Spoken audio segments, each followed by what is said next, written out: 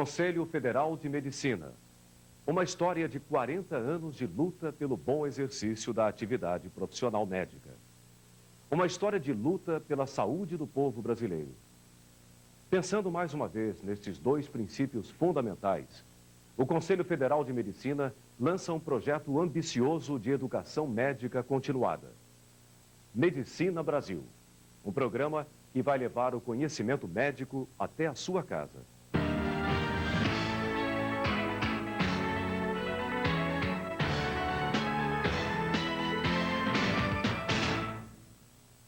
O Brasil tem mais de 200 mil médicos em atividade.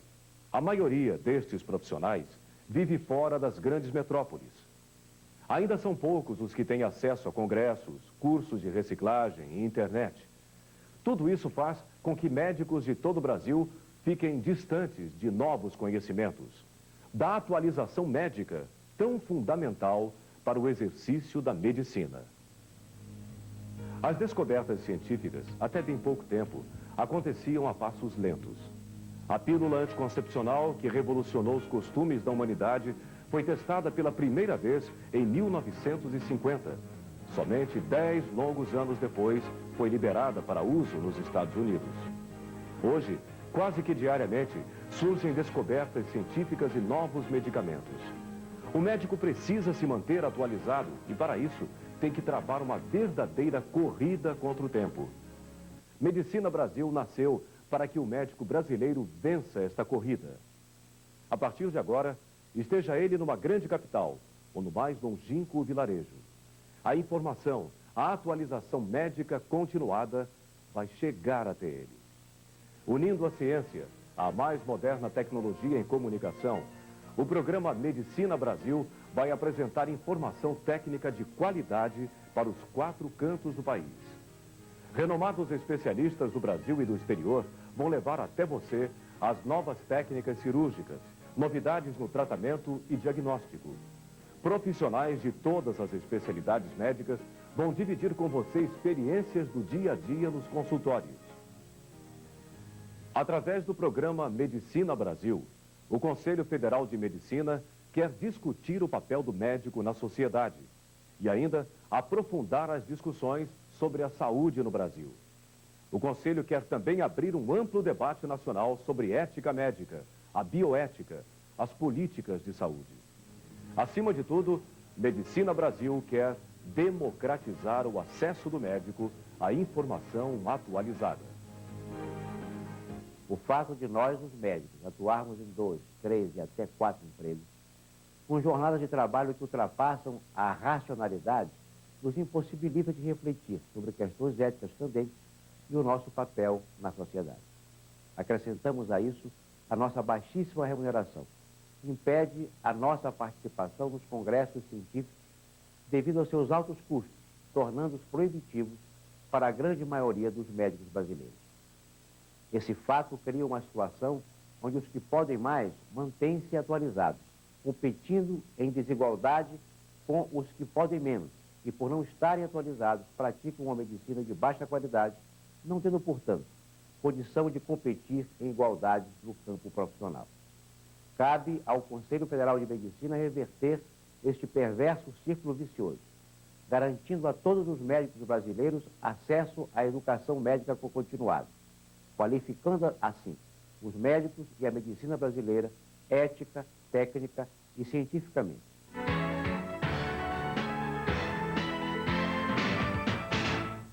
Medicina Brasil vai ser veiculado pelo canal executivo médico do Conselho Federal de Medicina e pelo canal médico. A transmissão pelo canal médico acontece todas as terças-feiras às 9 horas da noite. O canal médico é uma emissora que nasceu da parceria entre a MedNews, produtora especializada em programas técnicos na área de saúde, e a TechSat, empresa de equipamentos e sistemas de telecomunicações. Transmitido por meio de TV por assinatura, o canal médico tem toda a sua programação voltada para a classe médica.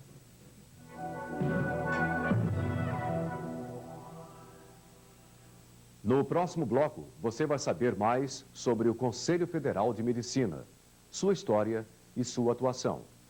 No programa de hoje, você vê ainda a epidemia de cesariana no país. Medicina Brasil vai mostrar por que o nosso país é recordista em cesáreas. Você vai conhecer as medidas que o governo vem adotando para estimular o parto normal. E a campanha do Conselho Federal de Medicina que impulsionou as autoridades a entrar nesta luta. Eu sempre achei que natural é parto normal. Vai conhecer ainda a experiência da maternidade Alexander Fleming no Rio de Janeiro. Um centro de referência que, através de auditorias, está aumentando o número de partos normais dentro da instituição. Nós voltamos em 1 minuto. Até já.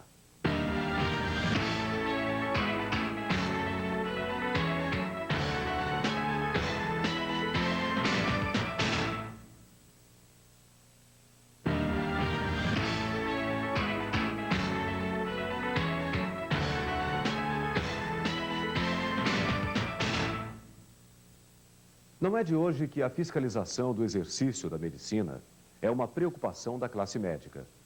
Antes mesmo dos conselhos federal e regionais de medicina terem sido criados, a discussão ética já existia.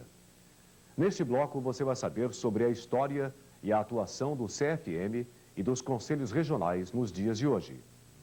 O caminho das descobertas sempre foi o objetivo da ciência. Pesquisar como o corpo humano reage em diversas situações é uma busca há muitos séculos. A ciência avança, mas como garantir o respeito às vidas que estão sendo pesquisadas? A necessidade de controlar essas investigações criou uma consciência ética nos homens. Fiscalizar as profissões médicas começou a ser uma preocupação da humanidade. O primeiro passo para a criação do Conselho Federal de Medicina através do Decreto-Lei de 1945. Na época, a entidade era responsável por organizar normas para a profissão médica, harmonizar a relação do profissional com o paciente, além de dar um suporte técnico às resoluções do Ministério da Saúde. Mas, na realidade, o objetivo do CFM sempre foi o de fiscalizar as atividades médicas.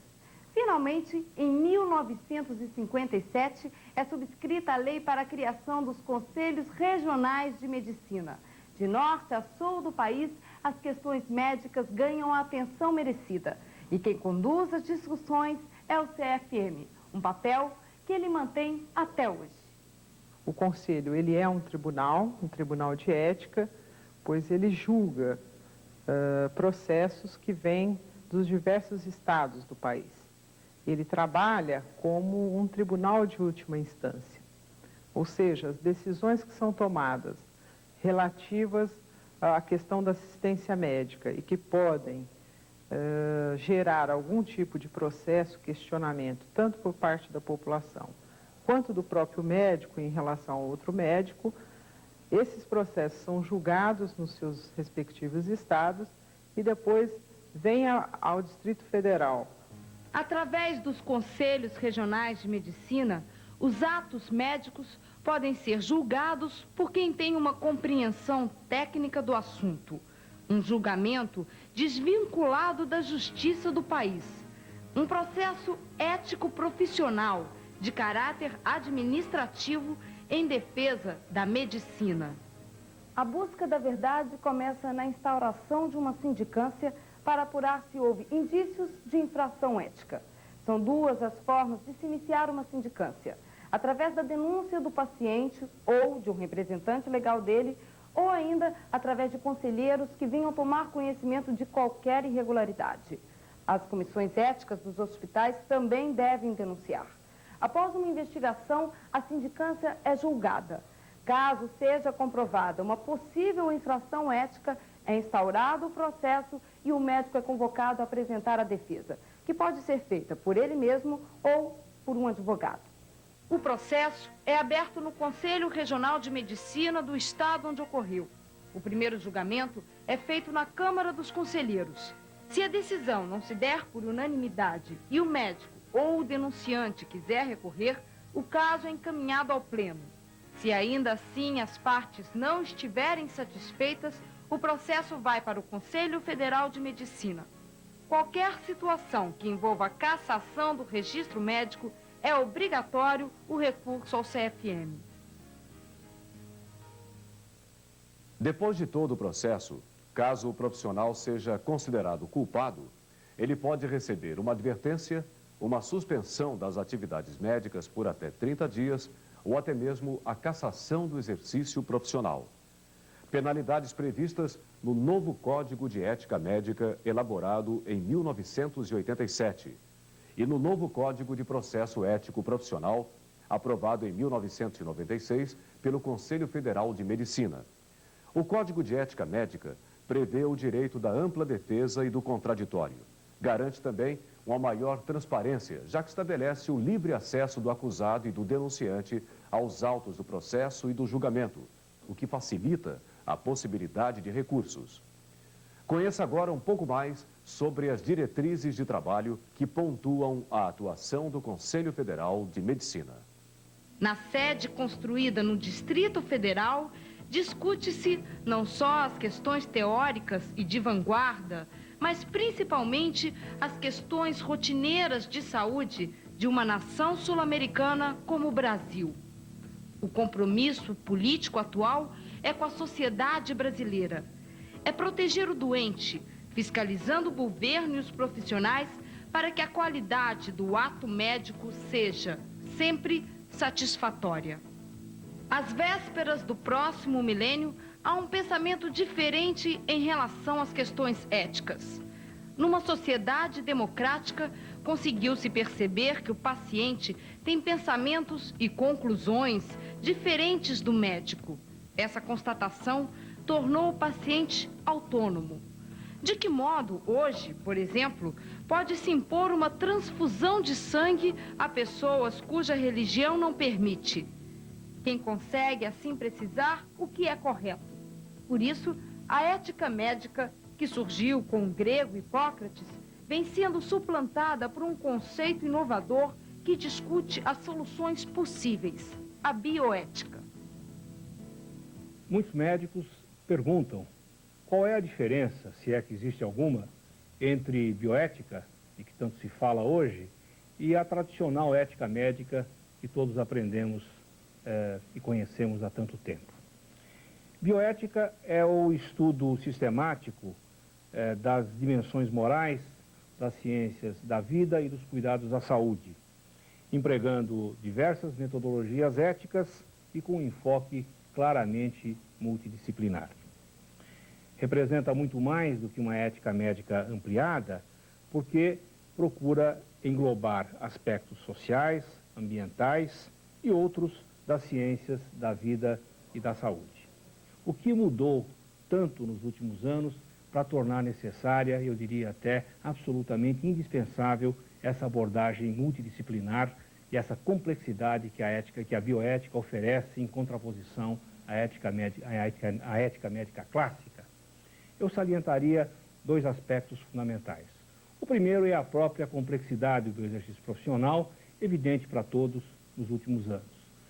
Os avanços tecnológicos, o aparecimento de novos procedimentos, que muitas vezes colocam dilemas éticos de grande complexidade, vieram se somar a uma crescente compreensão, uma crescente consciência dos direitos de cidadania, que, como não poderia deixar de ser, veio se manifestar também nesta área crítica para cada pessoa, que é o direito de poder opinar a respeito dos assuntos que dizem respeito à sua saúde, ao seu bem-estar e à própria vida.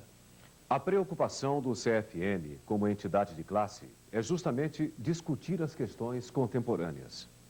O CFM analisa os diversos ângulos de temas muitas vezes polêmicos, como o aborto ou a eutanásia. Na luta pela qualidade dos serviços de saúde, o Conselho atua de diferentes formas. O Conselho Federal de Medicina, além de avaliar se os resultados das pesquisas que vêm sendo desenvolvidas nas universidades podem ser colocados à disposição da sociedade, analisando os tratamentos e diagnósticos, também se posiciona ativamente em relação a assuntos de interesse nacional, como o caso da regulamentação dos planos de saúde. Os debates realizados com as lideranças políticas registram conquistas para os consumidores, como, por exemplo, a extinção do limite de tempo de internação, inclusive em UTI. Mas, por outro lado, ainda há proibição contratual de doenças pré-existentes, apesar da insistência do Conselho para eliminar esse artigo. Outra lei que contou com uma precisa posição do CFM foi a de doação de órgãos. Jamais podemos passar para a população de que o primeiro da lista receberá o primeiro órgão. Isso vai depender de critérios técnicos, tais como critérios de histocompatibilidade. E é necessário também que se discuta claramente com a participação da sociedade outros critérios, como, por exemplo, critérios bioéticos. Se eu tenho alguém que tem a mesma histocompatibilidade, e um deles tem 84 anos de idade, outro tem 20, ou um tem 50 e outro tem 18, bioeticamente, qual deles se vai dar preferência? Acho que essa é uma discussão que tem que perpassar por todo o tecido social. Não pode ser uma discussão restrita aos gabinetes do Ministério da Saúde, nem muito menos restrita à corporação médica. Essa é uma decisão que a sociedade brasileira vai ter que tomar. As posições em relação à lei de doação de órgãos e a todo o trabalho realizado pelo CFM podem ser encontradas no jornal Medicina, editado pelo Conselho. Uma publicação mensal, distribuída em papel revista, com uma tiragem de 250 mil exemplares, colocada à disposição dos médicos para a reciclagem de seus conhecimentos éticos e científicos. O CFM também edita a revista Bioética, o único veículo do país especializado no assunto. Outras informações sobre o Código de Ética, a revista, o programa Medicina Brasil podem ser encontradas na homepage do CFM, um endereço útil para quem quer conhecer as propostas do Conselho. Atuar de forma concreta para o bom exercício da medicina e da saúde como um todo são, sem dúvida, os principais objetivos do Conselho Federal de Medicina. No próximo bloco, você vai saber como o CFM entrou na guerra contra um dos muitos problemas que atingem a saúde brasileira: a epidemia das cesarianas. Tema do nosso próximo bloco. Até já.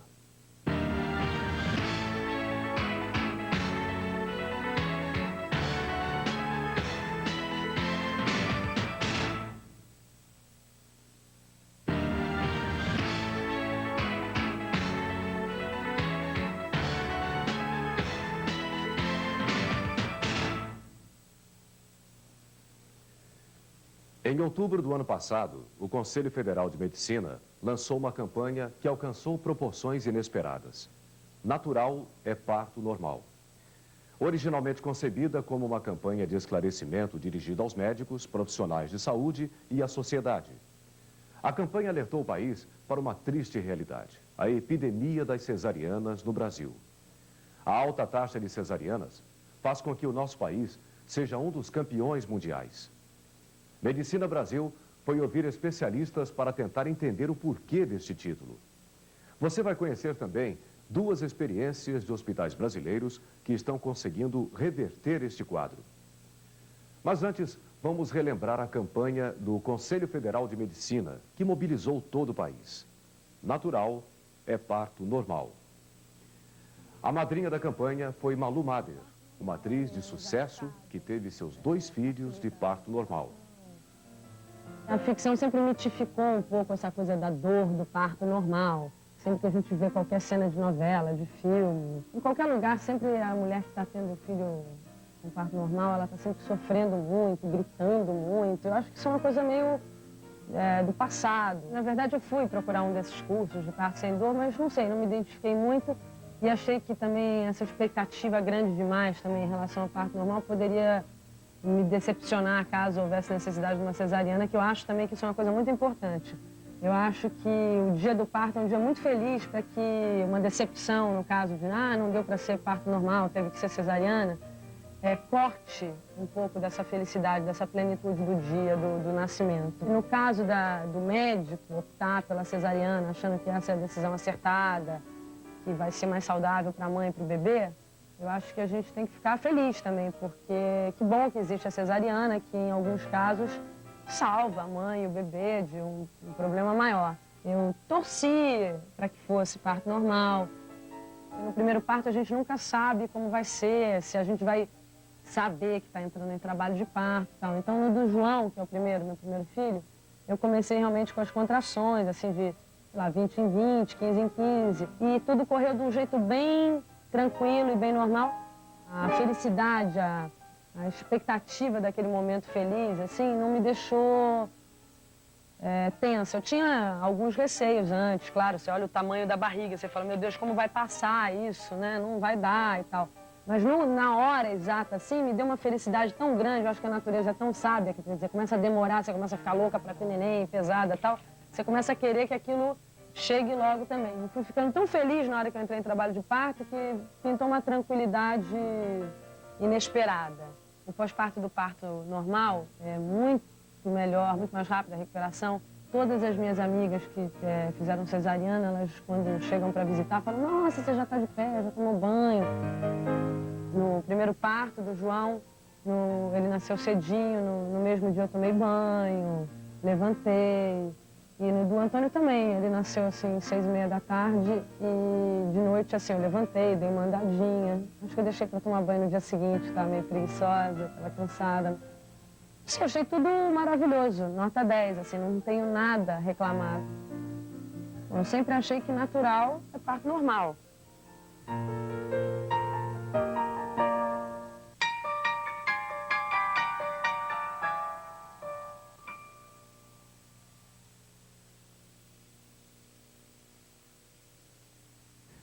O primeiro resultado positivo desta campanha, que você acaba de ver, foi o reconhecimento do Ministério da Saúde. O Ministério aumentou em 30% os valores pagos pelo SUS para o parto normal e para a cesariana. Estabeleceu o prêmio Galba Araújo para as maternidades que diminuírem seus índices de cesárea. O Ministério limitou ainda o pagamento das cesarianas a, no máximo, 40% do total de partos do SUS. O Conselho Federal de Medicina, por sua vez, afirma que com a campanha não quer discriminar o uso da cesariana. Segundo o CFM, a cesárea praticada com indicação médica constitui-se em um importante avanço da moderna obstetrícia no bem-estar do binômio materno-fetal. A cada ano, mais de 3 milhões de brasileiros nascem em hospitais. Além de ser um dos campeões mundiais no uso do parto cesárea, pesa também sobre o Brasil as evidências de maior morbimortalidade materna e infantil. Você vai conhecer agora uma pesquisa coordenada pela especialista em saúde pública Lynn Silver. A pesquisa estudou partos atendidos em hospitais públicos e conveniados ao SUS. 300 hospitais demonstraram taxas superiores a 64%. As taxas de cesáreas eram maiores em hospitais com fins lucrativos, seguidos pelos filantrópicos. Curiosamente, a pesquisa apontou um número de cesáreas menor nas faixas de mães com menos de 19 anos e mais de 40 anos de idade, justamente faixas de risco materno. Você vai ver agora quais são os dados da Pesquisa Nacional de Demografia e Saúde, números que também confirmam a epidemia da cesariana no Brasil. A média nacional de parto cesáreo no SUS é de 36,4%. Um número bem acima do índice aceitável pela Organização Mundial de Saúde, que varia entre 10% e 15%. A pesquisa é liderada pela região Sudeste, que apresenta São Paulo com o maior índice registrado, 52,1%. O índice no Rio de Janeiro é de 43,3%. Em segundo lugar, está a região Centro-Oeste, com 49,1%. Em terceiro, o sul do país, com 44,6%. Em quarto, a região Centro-Leste, com 41%. Em quinto, aparece a região Norte, com 25,2%. E por último, está o Nordeste do país, com uma taxa de 20,4%. O estado do Amapá apresentou taxa de partos cesáreos adequada, com um índice de 12%. Quais os fatores que levam o Brasil a conviver com a epidemia das cesarianas? Sem dúvida, A desinformação é um deles. Vários tabus envolvem a cesariana. A ausência de dor e de sofrimento, manutenção da estética perineal e também o da falsa ideia de que o parto cesáreo é mais seguro para a mãe e o bebê. Eu optaria, nesse momento, pela cesárea. Eu optaria. Porque cesárea. Que é mais rápido, não sente dor, não. Tabus como este fazem muitas vezes com que a futura mãe ou a família pressione o médico para a realização da cesariana.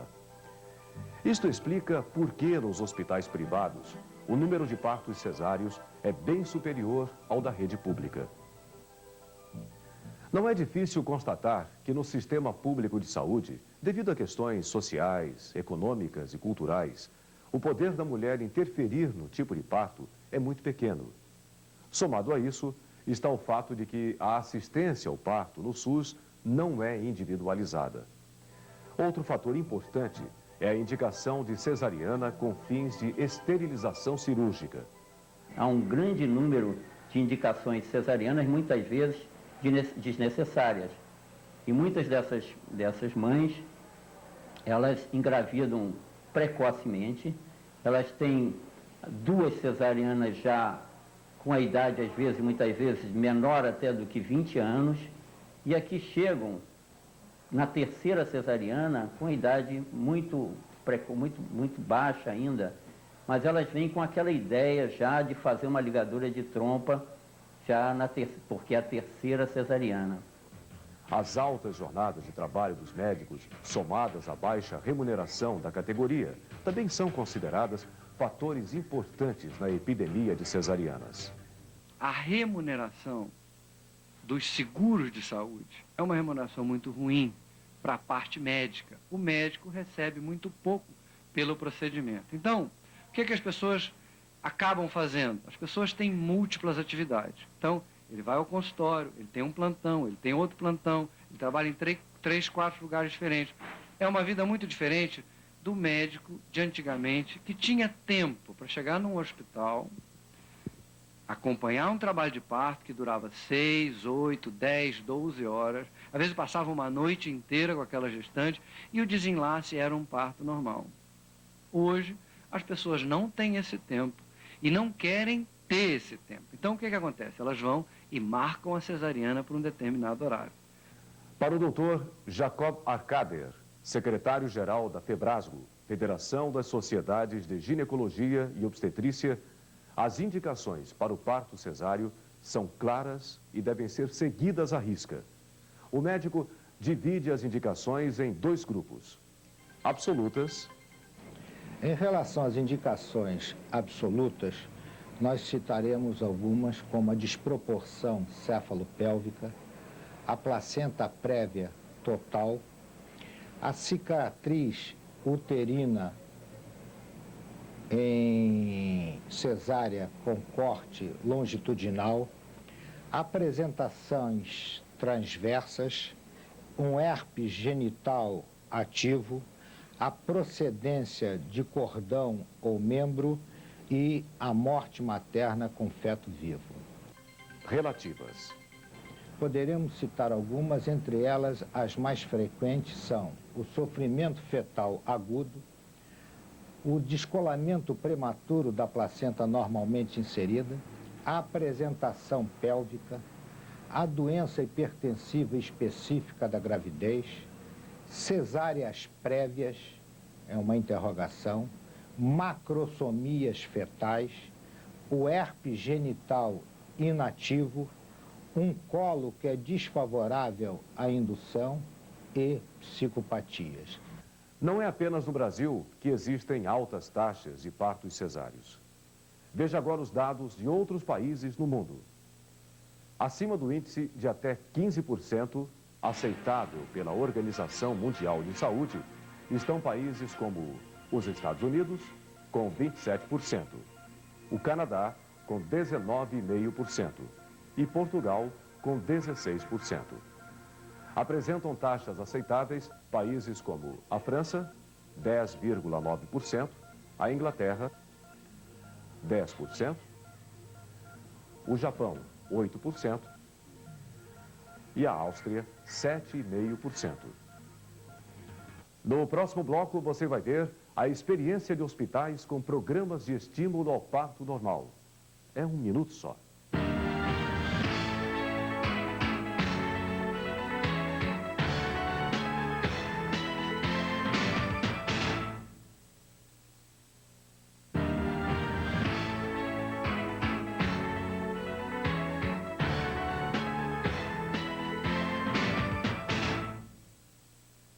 Mudar a realidade da epidemia das cesarianas é dever dos médicos, governo e de toda a sociedade. Nossa reportagem foi conferir a experiência do Hospital Alexander Fleming, no Rio de Janeiro. Através da sensibilização dos médicos e dos demais profissionais de saúde, a instituição está aumentando o número de partos normais. Cesárea é uma criança retirada, né? Ela não nasce, o médico que tira. E parto normal não, a criança está nascendo. Eu acho muito bonito o parto normal. Incentivar o parto normal com o intuito de proteger a saúde da mãe e da criança é o objetivo do Hospital Alexander Fleming, na zona norte do Rio de Janeiro. O sistema de auditorias do hospital faz com que qualquer cesariana seja feita por indicação absoluta. Um centro de referência que administra os casos de maior gravidade da cidade e, mesmo assim, consegue manter o índice de cesáreas em 30%. Uma das primeiras maternidades a eliminar o berçário e adotar o sistema de alojamento conjunto, estreitando o contato da mãe com a criança e permitindo que ele ocorra desde o primeiro momento do nascimento. Se o parto for normal, então, a criança, assim que nasce, vai direto para o colo da mãe, que não está sob efeito de anestesia. Essa consciência materna diminui o sentimento de perda, rareando as depressões pós-parto. Aliás, são muitas as vantagens de um parto normal. Além dos riscos de infecção e hemorragia serem quase inexistentes, pois não há intervenção cirúrgica, o bebê nasce na hora certa. A cesariana, muitas vezes, pode antecipar o parto, além de comprometer as funções respiratórias da criança. É que quando ela passa pelo canal de parto, o líquido pulmonar é expelido, dando melhores condições para o início da respiração.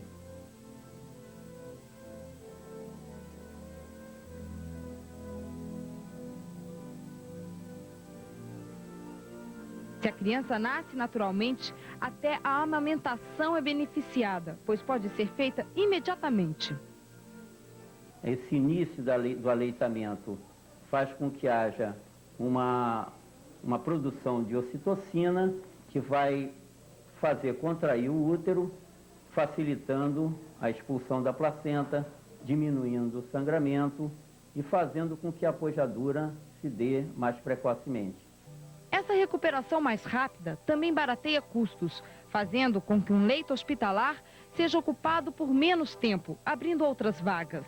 Afinal, se a natureza faz um organismo se preparar durante 9 meses para o parto, não é normal que ele ocorra de forma rápida. Mas ainda assim, muitas mães não querem parir naturalmente por medo da dor. O parto normal sempre impôs uma ideia de ser difícil, trabalhoso. Muitas mulheres têm a ilusão de que a cesárea é mais tranquila. Desconhecem o que é uma intervenção cirúrgica. Não sabem que a recuperação da incisão é mais dolorosa e que a deixa por mais tempo acamada. Além disso, o índice de mortalidade materna é 4 vezes maior. A gente não sofre nada no normal, no cesariano. A gente já sofre, a gente não vê a criança nascer na cesariana. No normal a gente vê isso tudo. Esclarecer as mães para que elas possam optar pelo método mais adequado é obrigação do médico. Na maternidade Alexander Fleming, esse trabalho é feito no pré-natal. Em reuniões semanais, as gestantes, muitas delas adolescentes, são informadas sobre as possibilidades dos procedimentos, fazem relaxamentos com músicas, além de serem instruídas sobre os cuidados de asepsia que devem ser tomados com um bebê. Afinal, logo depois de dar à luz a um filho de forma natural, a mãe já é a responsável pela criança. Assim como o Alexander Fleming, o Hospital Leila Diniz, também no Rio de Janeiro, é um bom exemplo de que determinação e trabalho podem reverter a epidemia das cesarianas. Confira. Há 4 anos, a humanização do parto é uma prática na maternidade carioca Leila Diniz. Através das reuniões pré-natal que orientam as mulheres para o grande momento de suas vidas, elas aprendem técnicas de respiração para se prepararem para o parto natural. As futuras mamães, através de exercícios, são apresentadas a uma maneira menos dolorosa de dar à luz. O parto de cócoras, que por causa da força da gravidade expulsa o bebê mais rápido. O hospital oferece uma cadeira especial para esse tipo de parto que dispensa a episiotomia. Um bom pré-natal é essencial para o desenvolvimento do feto. Por isso, a insistência do hospital para que sintam-se amparadas nessa fase. Segundo o Unicef, 98% das mortes maternas poderiam ser evitadas com exames pré-natais adequados. Ainda assim, mesmo que a mãe não faça o pré-natal, é necessário provar que parir naturalmente é mais suave. Muitas vezes essas pacientes não têm o pré-natal ou não puderam ser atendidas corretamente dessa forma, e a gente vai ter, então, no trabalho de parto, que fornecer esse tipo de informação. E aí o grande argumento é demonstrar que a evolução do trabalho de parto, transcorrendo normalmente, estando ela, gestante, e o seu bebê bem assistidos e com garantia de que estão saudáveis, não há necessidade de submeter uma intervenção, que é uma intervenção cirúrgica, com seus riscos e com todas as complicações possíveis. E mais do que isso, a própria cesariana dificulta a aproximação da mãe e do bebê naquele momento inicial, retarda o momento da amamentação, já que a mãe tem necessidade de um período prévio para se recuperar tanto do procedimento cirúrgico quanto daquele procedimento doloroso que ela é submetida. Então, esses argumentos, na verdade, ditos por pessoas conscientes, podem, e devem ser bastante convincentes para permitir que essa mulher, então, decida corretamente pelo parto normal, já, então, no momento do seu parto. A maternidade Leila Diniz também trabalha com o alojamento conjunto, mantendo a criança em contato direto com o calor materno, desde o momento que nasce. Durante o parto, é incentivada a presença do pai ou de outra pessoa, transmitindo segurança à mãe. A intervenção médica é a menor possível. Os obstetras não fazem a ruptura da bolsa, não aceleram as contrações, dispensam o uso do soro e, principalmente, evitam a cesariana. Um sistema de auditorias também analisa cada prontuário, observando os passos que foram seguidos pelo profissional para que ele optasse pelo ato cirúrgico. Com todas essas medidas, a maternidade reduziu em 20% as cesáreas. Cabe dizer que nem sempre a gente vai conseguir, com uma análise posterior, chegar a essa conclusão. Evidente que tem coisas que são do momento e que só o profissional que estava ali vivenciando poderia realmente interpretar. Esses são erros mais finos, que talvez a gente ainda não consiga depreender. Foi pela dedicação ao bem-estar da mulher e da criança que a maternidade Leila Diniz conseguiu reduzir para 18% o índice de cesarianas, o menor do estado. Nas maternidades privadas, quase 80% dos bebês têm hora marcada para nascer, e geralmente nos dias úteis do início da semana. Para acabar com o que alguns especialistas chamam de epidemia invisível, é necessário realizar uma batalha. É necessária a união de médicos e mães para que a saúde, principalmente da criança, venha em primeiro lugar.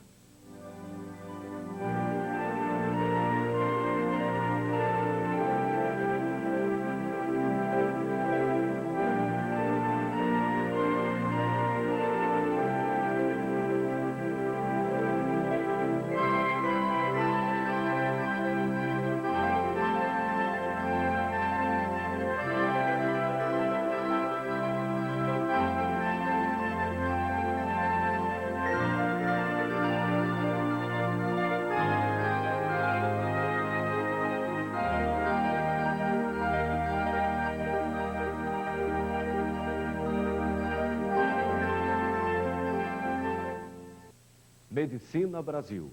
O conhecimento perto de você. Prestigie mais esse projeto de educação do Conselho Federal de Medicina. Assista Medicina Brasil. Um programa dos médicos, feito por médicos e para os médicos.